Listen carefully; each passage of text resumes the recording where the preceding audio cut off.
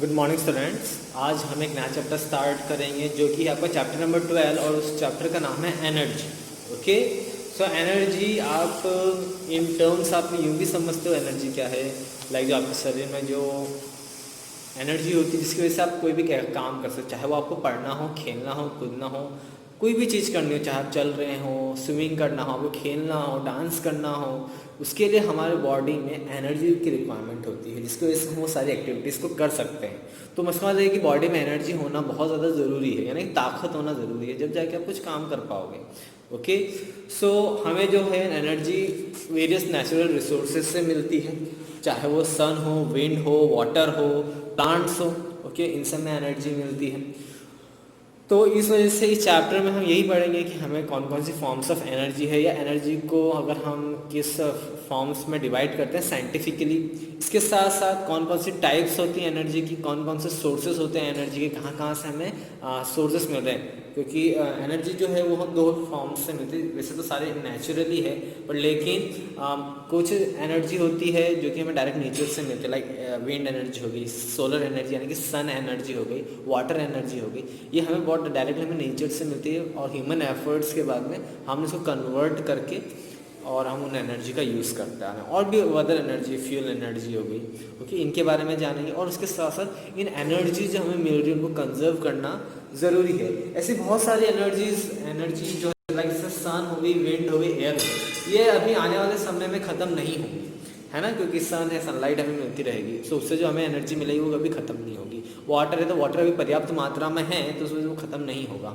हवा है वो भी है, पर लेकिन ऐसी बहुत सारी एनर्जी लाइक जिससे का फ्यूल एनर्जी होगी, जो ऐसी एनर्जी जो कि ईंधन की वजह से चलती है, लाइक पेट्रोल हो गया, डीजल हो गया, आने वाले सालों में वो ख़त्म हो जाएगा। तो उन्हें कंजर्व, उनको बचा के रखना ज़रूरी है ताकि वो और थोड़े ज़्यादा समय के लिए चल सके, और मीन टाइम हमें कोई ऐसा अल्टरनेट सोर्स ऑफ एनर्जी मिल जाए जिससे कि ये व्हीकल्स रन हो सके। ओके, तो इस चैप्टर में हम यही पढ़ेंगे। ओके, तो सबसे पहले जो हमारा टॉपिक है एनर्जी। ओके, इसके types and then the sources of energy. So जब हम जानते हैं, अभी तक हम फोर्स से के बारे में पढ़ के आएंगे, जब हम फोर्स अप्लाई करते हैं किसी ऑब्जेक्ट पे, जब वो मूव होता है तो उसका हम बोलते हैं वर्क इज डन। ये हमने अभी तक पढ़ा है। सबसे पहला चैप्टर हमने फोर्स पढ़ा कि फोर्स क्या होता है। फिर जब हमने ये पढ़ा कि जब साइंटिफिकली कि का मतलब क्या होता है कि जब हमने किसी ऑब्जेक्ट में फोर्स लगाया और वो मूव कर गया तो उस पूरी फिनोमिना को हम बोलते हैं वर्क इज डन। सो चाहे वो ह्यूमन बीइंग हो, एनिमल हो, उस फोर्स को लगाने के लिए, है ना, वो फोर्स जो लगा रहे हैं उसके लिए एनर्जी की रिक्वायरमेंट होती है। जब भी जाके हम फोर्स अप्लाई कर पाओगे, चाहे आपको पुश करना हो किसी चीज़ को या पुल करना हो, आपके शरीर में जब तक ताकत नहीं होगी, एनर्जी नहीं होगी, तब तक आप वो नहीं कर पाओगे। हर ह्यूमन बींग्स को, इनफैक्ट प्लांट्स हो गए, एनिमल्स हो गए, उनको भी एनर्जी चाहिए। प्लांट्स को एनर्जी चाहिए ताकि वो अपने आप को ग्रो कर पाए, जब जाके हमें उनसे वेरियस प्रोडक्ट्स मिल पाएंगे। ओके, और एनिमल्स को जगह से जगह भटकना पड़ता है अपने खाने को तलाशने के, तो उनको भी एनर्जी की रिक्वायरमेंट होती है। सो हम ये जानते हैं कि अगर हम साइंटिफिकली देखें कि इन अदर वर्ड्स हम ये देखें, अगर कोई भी हमें काम करना, अगर हमें वर्क को अगर कंप्लीट करना, तो उसके लिए हमें एनर्जी की रिक्वायरमेंट होती है। तो एनर्जी की डेफिनेशन ही हो जाएगी जो एबिलिटी टू डू वर्क, है ना, एनर्जी की डेफिनेशन ही हो जाएगी जो क्षमता होती है किसी भी काम को करने के लिए, उसे हम बोलते हैं energy. Okay, for an example, अभी आपको प्रोजेक्टर पे इमेज दिख रही है जहां पर एक बच्चा एक टेबल पर फोर्स लगा रहा है ताकि वो एक जगह से दूसरी जगह मूव हो सके। तो यहाँ पर जो फोर्स लगा रहा है और यहाँ पर जो एनर्जी लग रही है वो उसके मसल्स लगा रहा है, इस वजह से यहाँ पर जो एनर्जी लग रही है वो लग रही है मस्कुलर एनर्जी। और जैसे ही वो फोर्स एनर्जी के साथ जब वो फोर्स लगाएगा, ताकत के साथ जब वो फोर्स लगाएगा, जब वो टेबल मूव करेगी, तब हम कहेंगे that work is done. Okay, so ये थोड़ा सा आपने बेसिक इंट्रोडक्शन पढ़ा ऑन द एनर्जी की, एनर्जी होती क्या है। नाउ हम जो स्टडी करेंगे वो करेंगे टाइप्स ऑफ एनर्जी।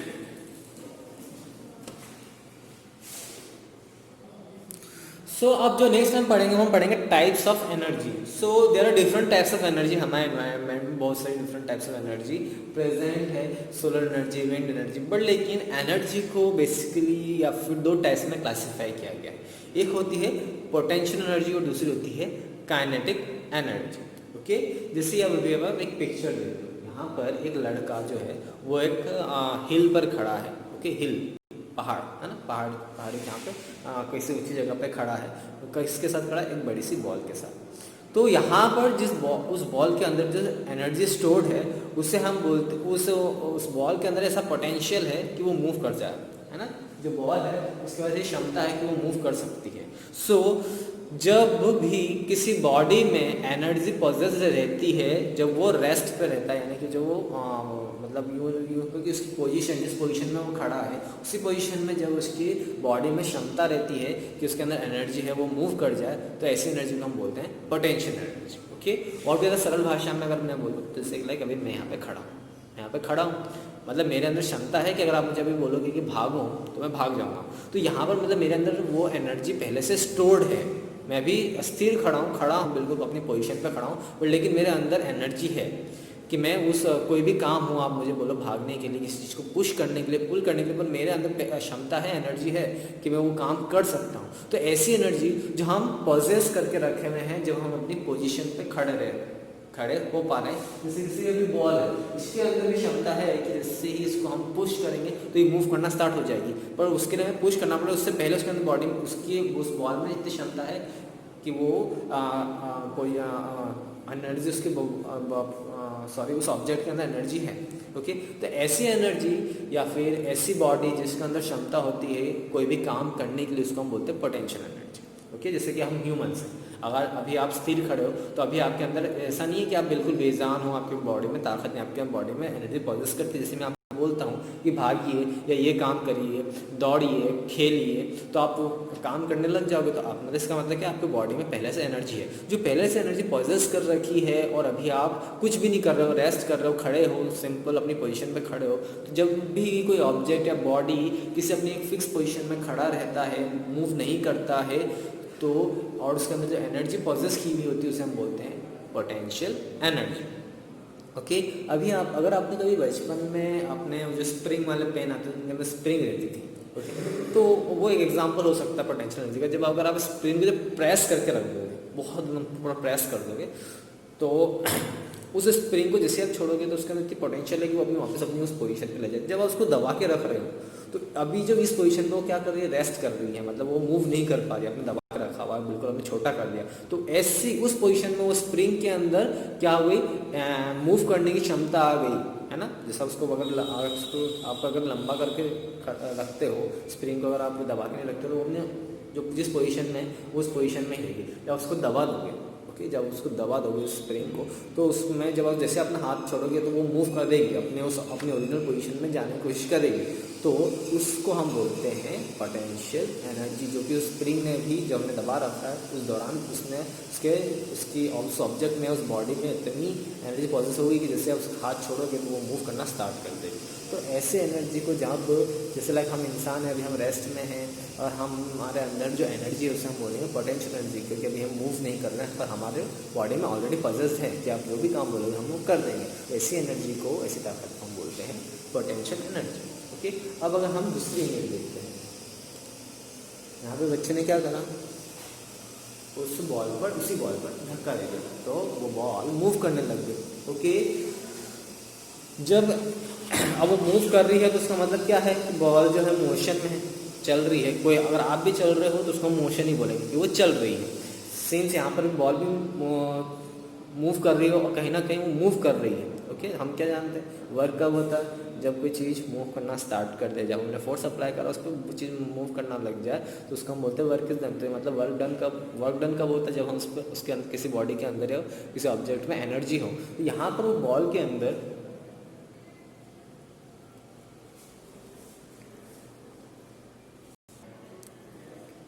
तो यहाँ पर जो बॉल है उसके अंदर भी एनर्जी पॉजेस करिए जो, तो इन अगर सरल भाषा में करें, जब भी कोई बॉडी मोशन में हो, लाइक जैसे आप भाग रहे हो तो आपके बॉडी में भी एनर्जी, जब भी आप भाग पा रहे हो, पर लेकिन आप भाग रहे हो तो उस हम कंडीशन को साइंटिफिकली हम क्या बोलते हैं, मोशन में है। तो जब भी कोई बॉडी मोशन में होती है और उसके अंदर एनर्जी होती है तो उसको हम बोलते हैं काइनेटिक एनर्जी।